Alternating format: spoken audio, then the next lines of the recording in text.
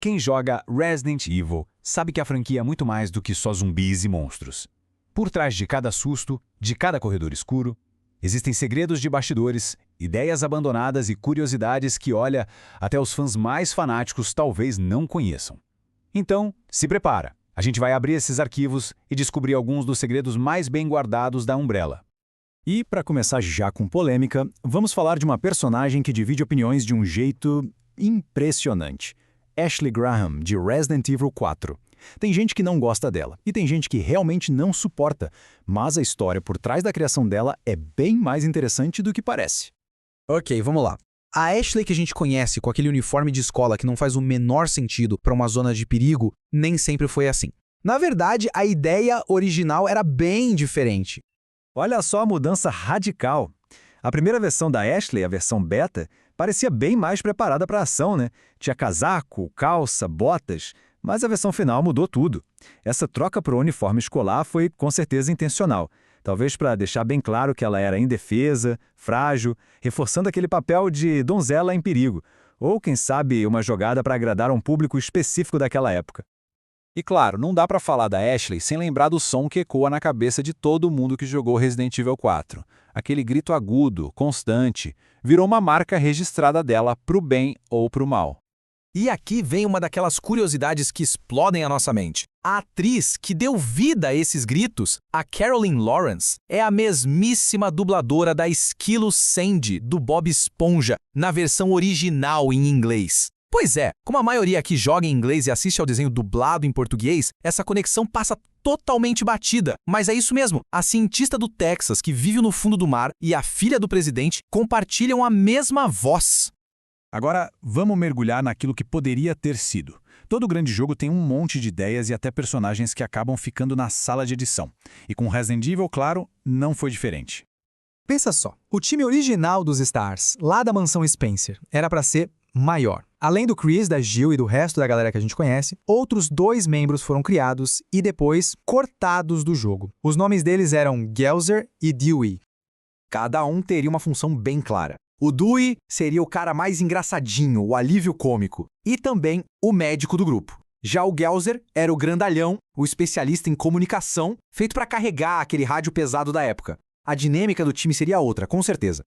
Mas o mais genial dessa história toda é que, na Capcom, ideia boa não se perde. Eles foram cortados de Resident Evil por falta de tempo, mas os conceitos foram reaproveitados em outro clássico da empresa, o Dino Crisis. Então, de certa forma, eles viveram em outro jogo. A Capcom simplesmente adora esconder pequenas referências nos seus jogos. É uma camada extra de diversão para quem tem olho de águia e presta atenção nos detalhes. E algumas dessas referências são muito legais. E uma das homenagens mais recorrentes e ao mesmo tempo sutis é para a lendária banda de rock britânica Queen. Sério, parece que alguém na equipe de desenvolvimento ouvia a banda sem parar durante a produção.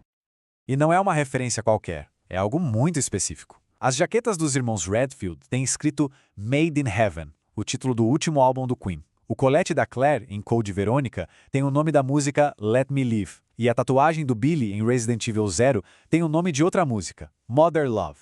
Todas são faixas do mesmo álbum. É uma homenagem muito bem pensada. Ah, chegamos nela!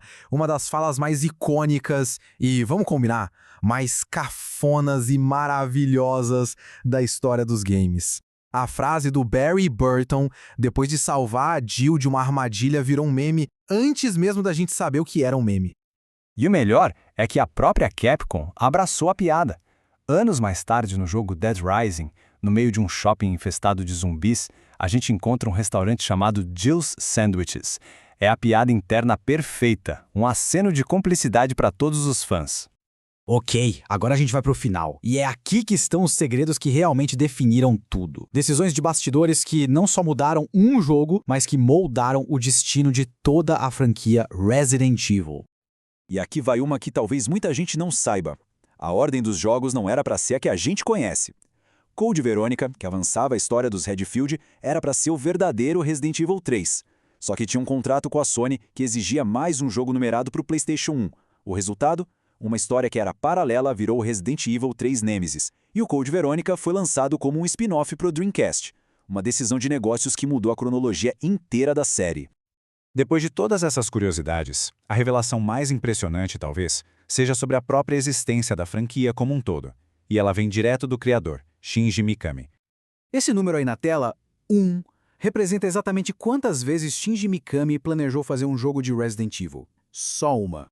É isso mesmo que parece. Para o criador, a história de Resident Evil era fechada, autônoma e deveria terminar ali, com os eventos do primeiro jogo. Foi o co-criador da série que viu potencial gigantesco e convenceu o Mikami e a Capcom a transformar aquilo numa franquia.